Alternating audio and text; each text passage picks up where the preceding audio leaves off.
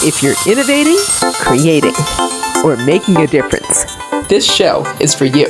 Welcome to Over Coffee. I'm Dot Cannon. Here on Over Coffee, we talk with artists and innovators about the process of changing the world in terms of what they do. And I remember before that, I had not really seen or heard about virtual reality. And I found that to be very interesting. So they are pitching this idea in front of a panel of judges in the metaverse. They were the first girls in Africa to appear in the metaverse. And remember, in the beginning, they didn't know what the metaverse was all about. We taught young people how to use the metaverse. And some of them were shocked to find Africans teaching them how to use the metaverse. Diana Njeri is putting virtual reality to work as an instrument for positive social change. Diana, who's based in Nairobi, Kenya, is an educator, associate director of nonprofit Africa VR Campus and Center, and the leader of XR Girls Africa. Her work involves getting young women immersed in new opportunities, quite literally, as they work towards their futures through virtual reality. In addition, Diana and her team educate others on ways to use the metaverse for social good. But perhaps the most exciting aspect of her work is that these activities are just two facets of her vision for a better future for Africa and the world.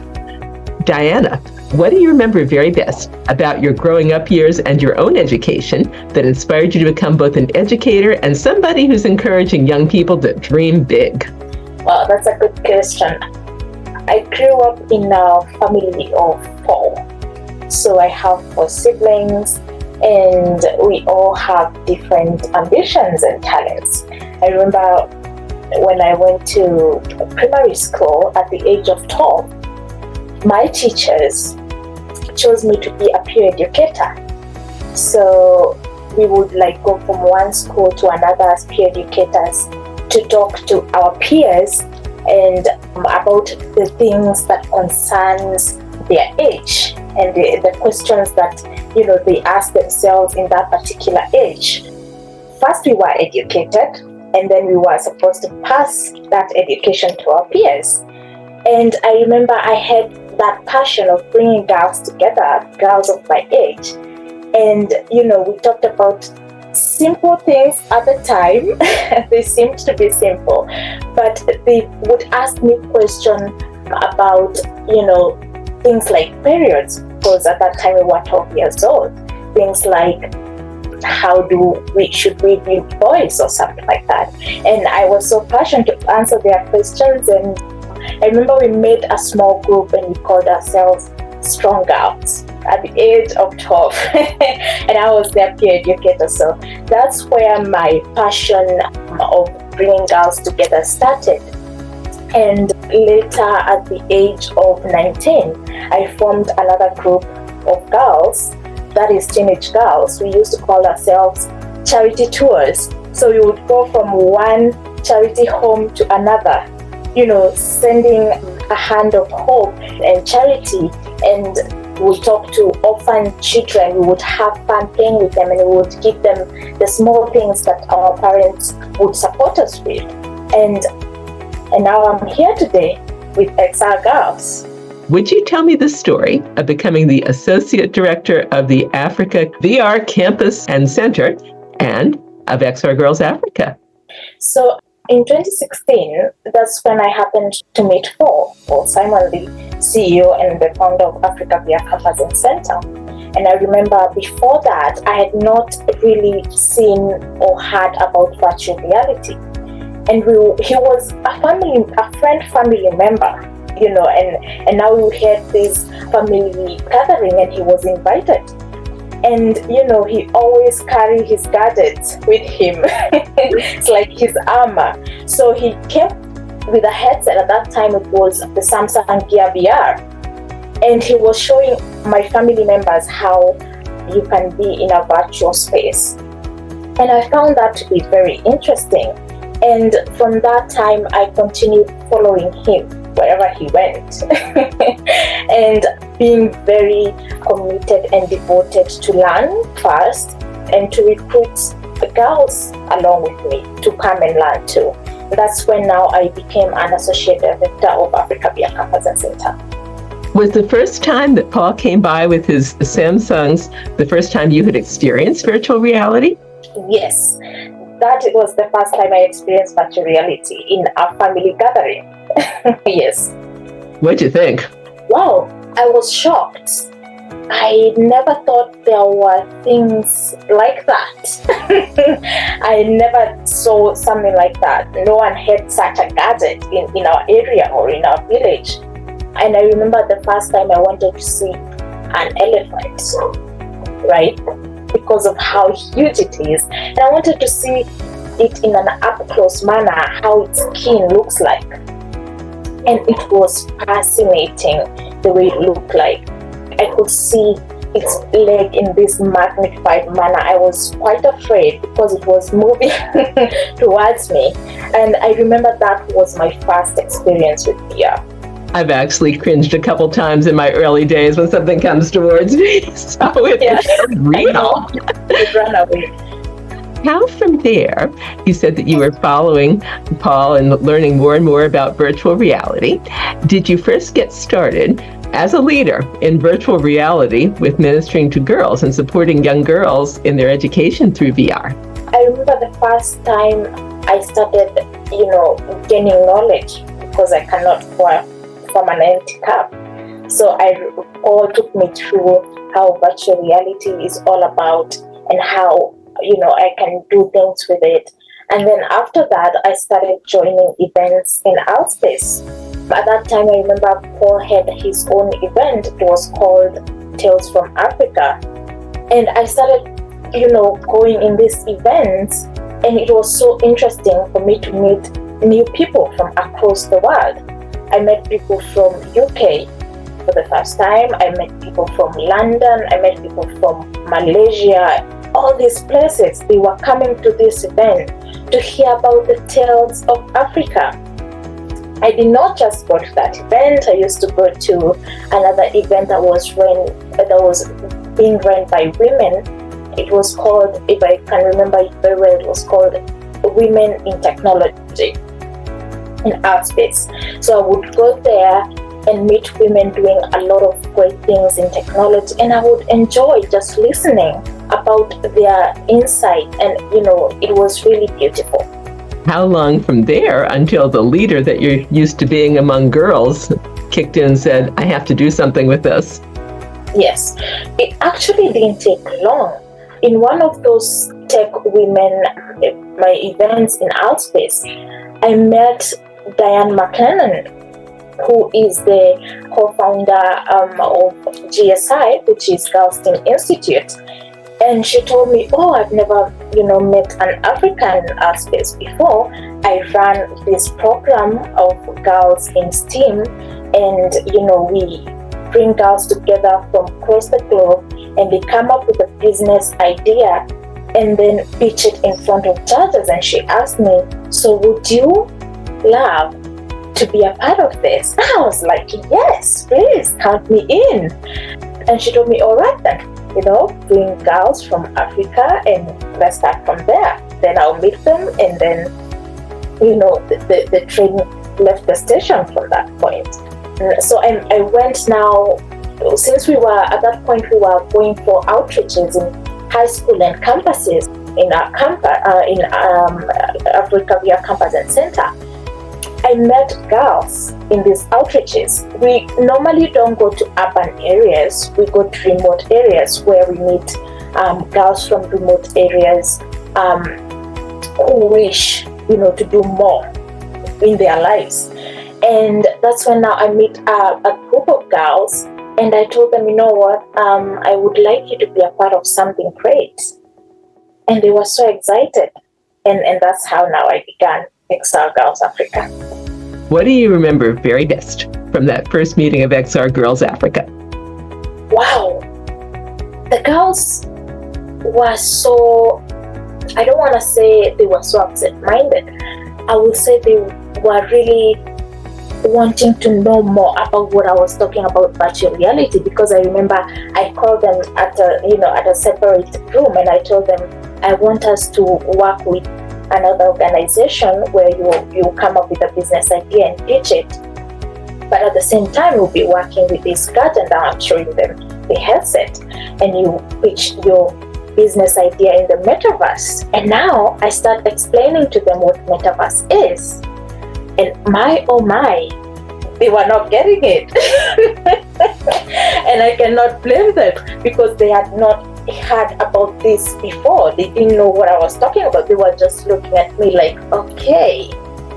And I knew, I'm gonna work a little bit extra harder to make sure that they get what this is all about.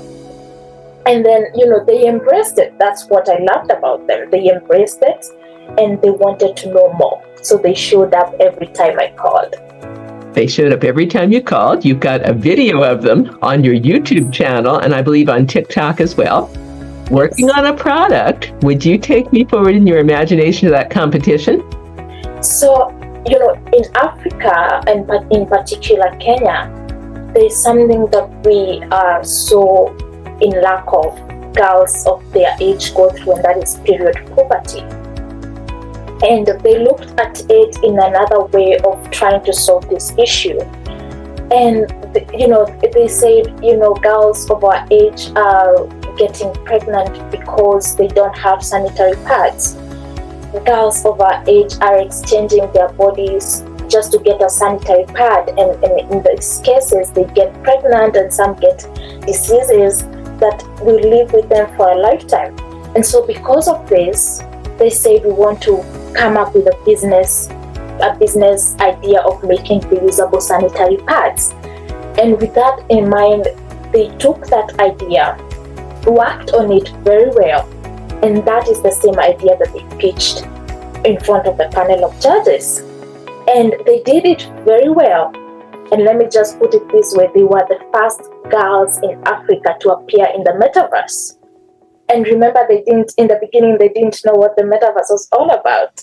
So they are pitching this idea in front of a panel of judges in the metaverse, and they got an award in the category of social impact. And from that day, I did not let them go. I still have them even today. What's next? They won this amazing award. What's next for this group of girls? So they've been having a lot of projects lately, and they have been learning a lot. And first, I would really, give them credit, because they are lovely girls, and they show up every time. We meet every Wednesday in our campus, and they are always here on time. They are so curious to learn, and so fast to make an action.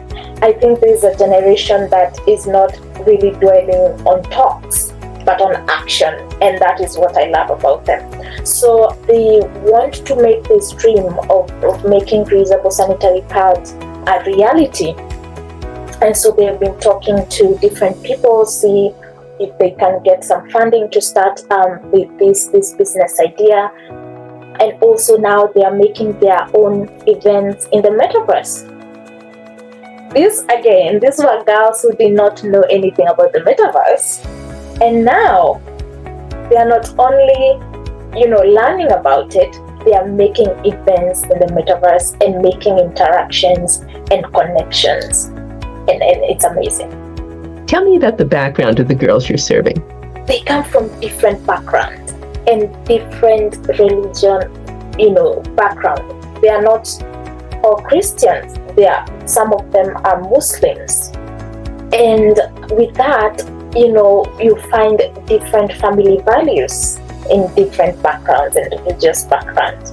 So bringing them together and helping them think in the same way and helping them not see these differences has been a great deal for us. We have been showing them that you are all the same, no matter where you come from, no matter your background or your religious belief. You are all the same. And if you work together, you will overcome a lot of challenges that girls out here are going through. And these girls are running away from a lot of things that are happening out here. Talk about teenage pregnancy. In Kenya, it's raising every year. I'm telling you, every year.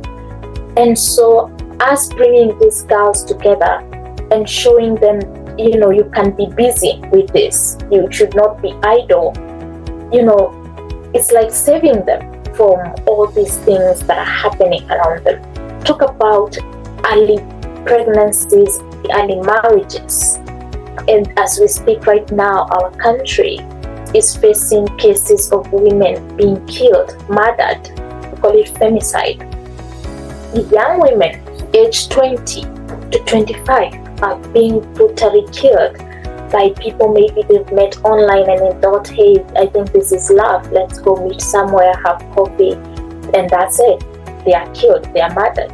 So we bring these girls together and we give them a space where they can be busy and have something occupying their minds so that the extra things around them will not affect them.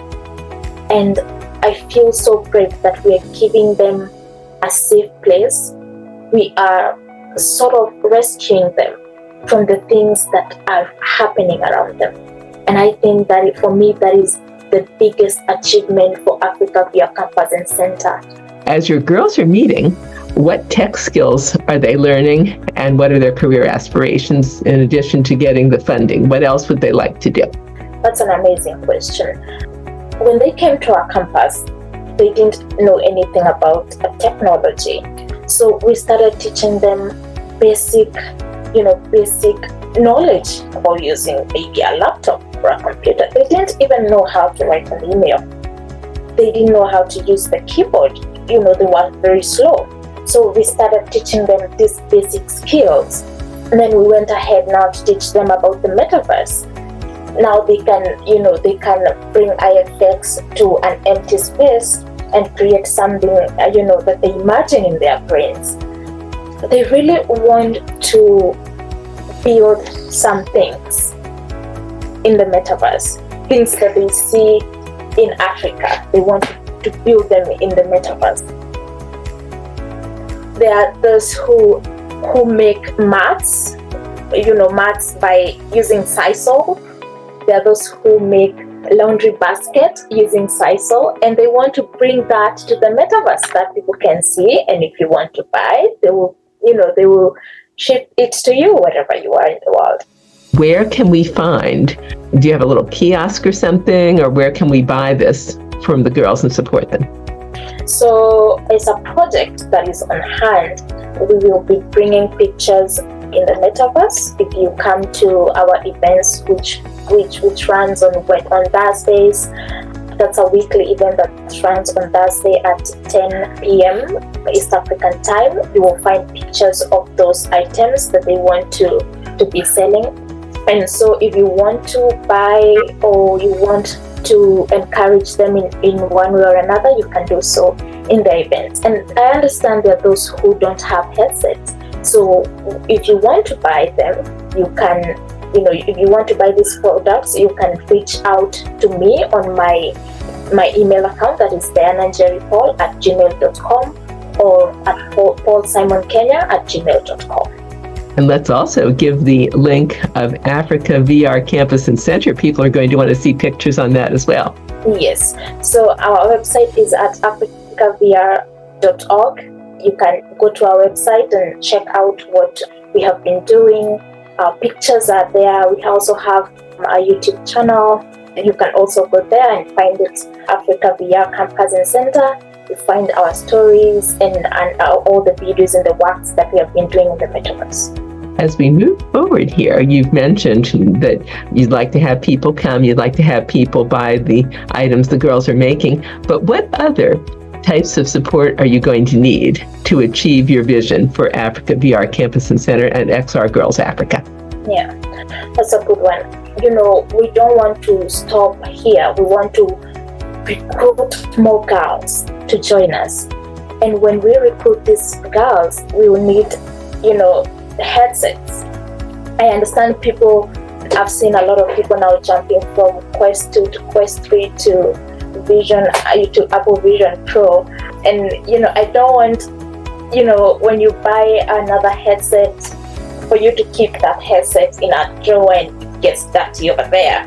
You can you can reach out to our CEO at paulsimonkenya@gmail.com and communicate how you can donate headsets to our girls.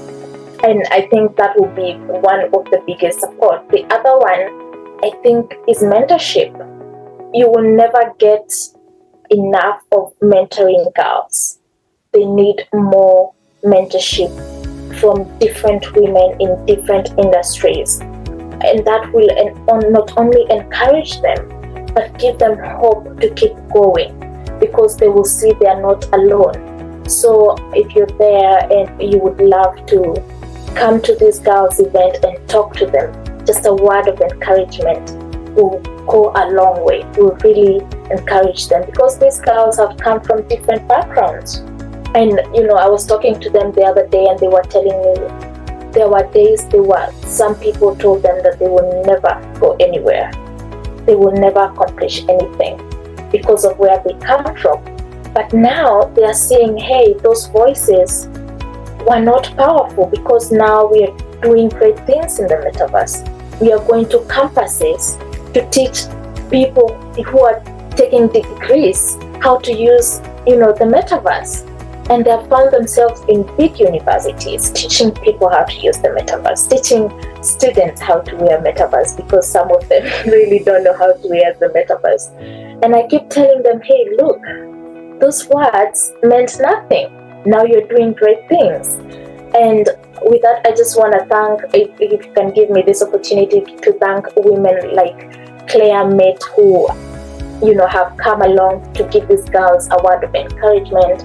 Women like Holly Bollinger, who works at SpaceX, has come and given these girls a word of encouragement, and they were so happy knowing that, space industry can be a male-dominated industry, but now a woman from that industry is now coming and talking to them, showing them their dreams are valid, they can go far, their future is bright.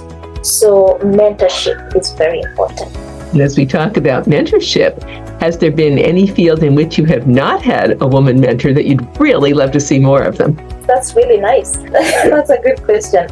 We would love more women from tech industries to come and talk to these girls, because this is the route that they have chosen. They want to be in the metaverse. So women who are building great designs in the metaverse, they would come in and talk to these girls, maybe show them one or two things, take them to their worlds.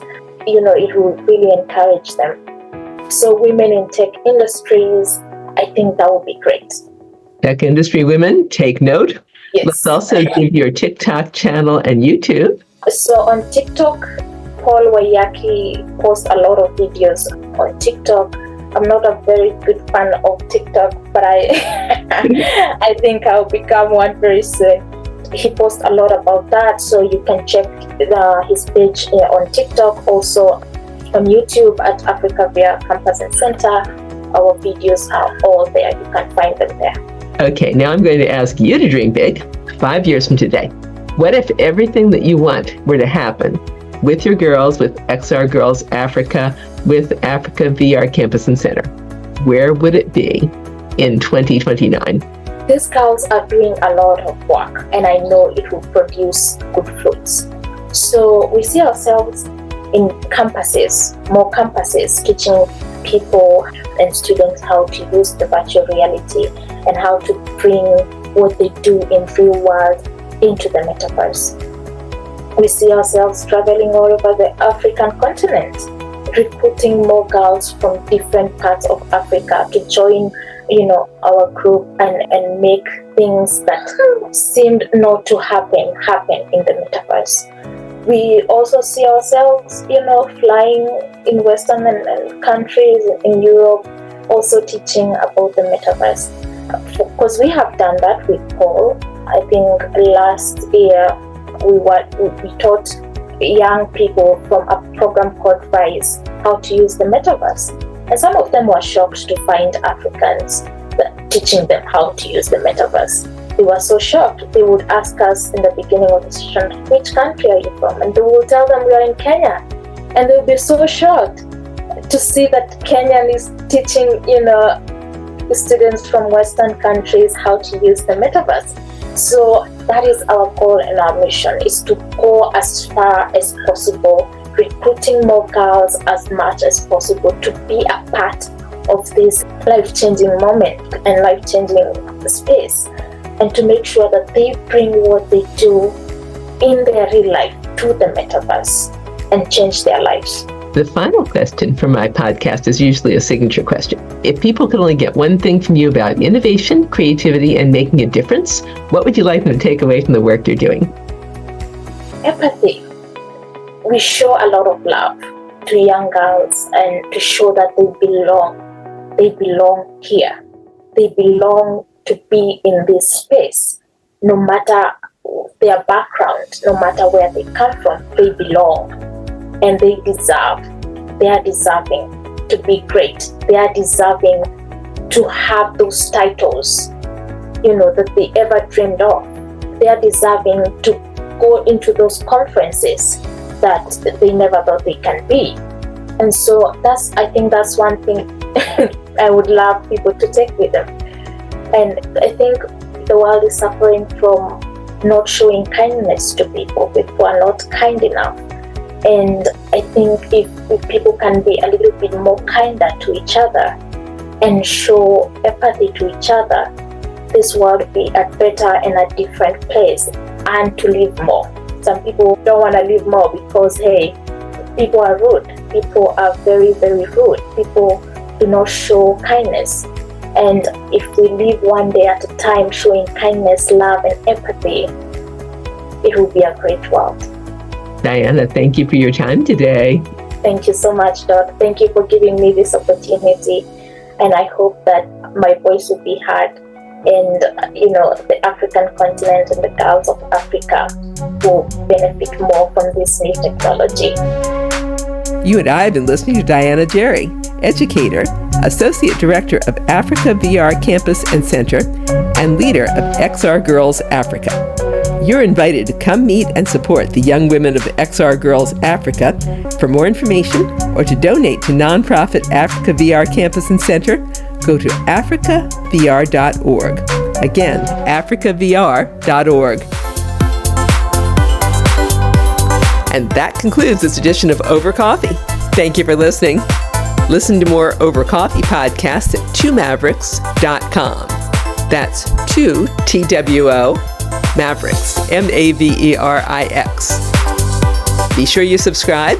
It's free by clicking the link on our website.